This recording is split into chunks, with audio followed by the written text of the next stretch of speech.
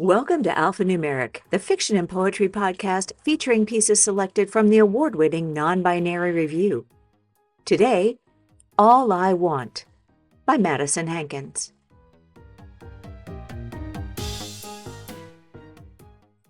I'll make sure she stays quiet and I'll clean up after her. Please, Dad. Amanda's staring up at me, trying to use her eyes to convince me, but I promised Linda I wouldn't break. I sigh as I sit into the recliner, looking up at the ceiling to avoid her eyes. I feel her little hands pull on my sleeve, and I look down at her wide eyes. I can tell I'm about to lose this battle, so I look around the room, avoiding eye contact. I notice the boxes sitting by the back door that I brought in last night, all labeled Christmas, and a light bulb goes off in my head. You know what, Amanda? Christmas is in 4 weeks.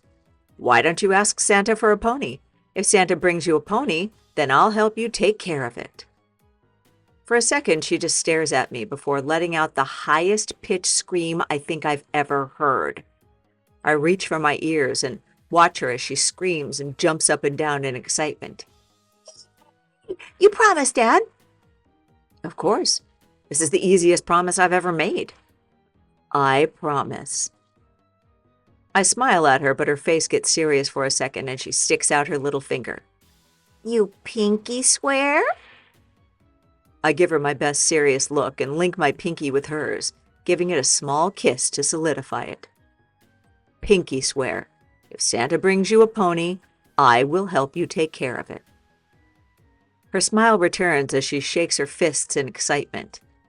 I'm gonna go write Santa a letter, she yells as she runs back down the hallway, skipping as she goes. I grab the remote next to me and lean back in my recliner, proud of myself for outsmarting my 9-year-old. A few weeks later, I wake up to tiny little fingers waving over my face. I jump slightly and look around the room to see Amanda standing by the bed, her face beaming as she jumps up and down. Reluctantly, Linda and I get up to follow Amanda downstairs. After each gift under the tree has been opened, she suddenly stands and goes toward the front door, reaching for the coat rack. Amanda, what are you doing? I ask. She turns to look at me, grabbing her coat from the hook and puts on her boots. I'm going outside to see if Santa brought me my pony. I wanted to save the best for last. I look at Linda and quickly get up to follow Amanda out the front door. Now, Amanda, remember, Santa can't always bring us what we want. You may not get the... I cut myself off as I step outside. My eyes met with the most terrifying creature I've ever seen. Standing in our driveway, towering over my Chevy, is a pitch-black, horse-like animal. Its eyes are blood red, and the horns sticking up out of its head make it look devilish. Steam is pouring out of its nostrils, as if its heart is made of coal and the whole creature is a locomotive. Its skin looks scale-like, and the tail comes to a sharp point, like the head of a spear. I step back, fear overtaking me, before I lunge toward Amanda, trying to keep her away from the horrifying creature.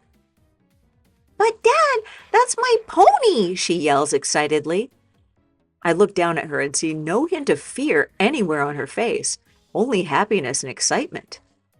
I look back at the creature and see a note taped to its back, something I hadn't noticed before. I slowly make my way towards it, trying not to spook it into taking me as its next meal. As I reach the note, I see Amanda's handwriting on the front, and I stop in my tracks. In big letters, scrawled out in her 9-year-old handwriting, are the words, To Satan. I immediately grab the letter, turning to Linda, who is now holding on to Amanda, and hold the letter up for her to see. Her mouth drops open, and I step away from the demonic horse, opening Amanda's letter to Satan. It reads, Dear Satan, all I want for Christmas is a pony. I know I have been very good this year, so will you please bring me one? My dad said he will help me take care of it. Love, Amanda. I feel my hands shake as I see red ink below her name, clearly a reply from her gift giver. Amanda, I hope you like this pony. He's the nicest one we have down here. He likes rotten apples and only needs 1 soul a year to survive. Thank you for writing to me. I don't get many letters. Satan.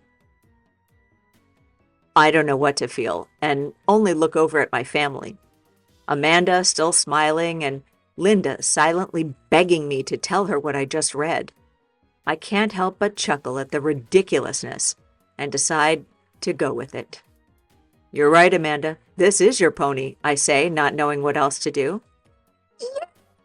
I'm going to call you Chester, she says, running up to the creature. To my surprise, the horse seems calm and doesn't make a move to hurt her. I turn to Linda, still in disbelief, and walk over to her. I hand her the letter and let her read it for herself, trying to decide what I'm going to say. So, I think it may be a good idea to get her tested for dyslexia. What do you think? I ask her, deciding to make light of this obviously absurd situation. Really, Dylan? That's what you're thinking about? I want to know where we're going to find souls for this thing to eat every year, she says. I let out a laugh in shock, not sure how to react, as I grab Linda's hand and stare at the creature. This has been All I Want by Madison Hankins, read for you by Lee Quintana. Our music was His Dark Embrace by Melody Ayers Griffiths, provided by Pixabay.com. Alphanumeric is a production of Zoetic Press and is mixed and mastered by our fabulous production team, Madison Ellingsworth and Lee Quintana. You know what you can't get in Alphanumeric?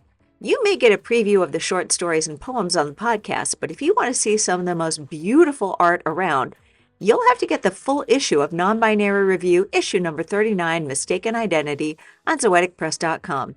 And find out everything we've got going on by following Zoetic Press on Facebook, Instagram, Blue Sky, and YouTube. If you love us as much as we love you, please support us by giving us a rating and leaving us a swell review on whatever podcast app you favor. We'd appreciate it more than children love ponies. You should also subscribe so you don't miss a single episode. Non-Binary Review, because humans are hardwired to tell stories.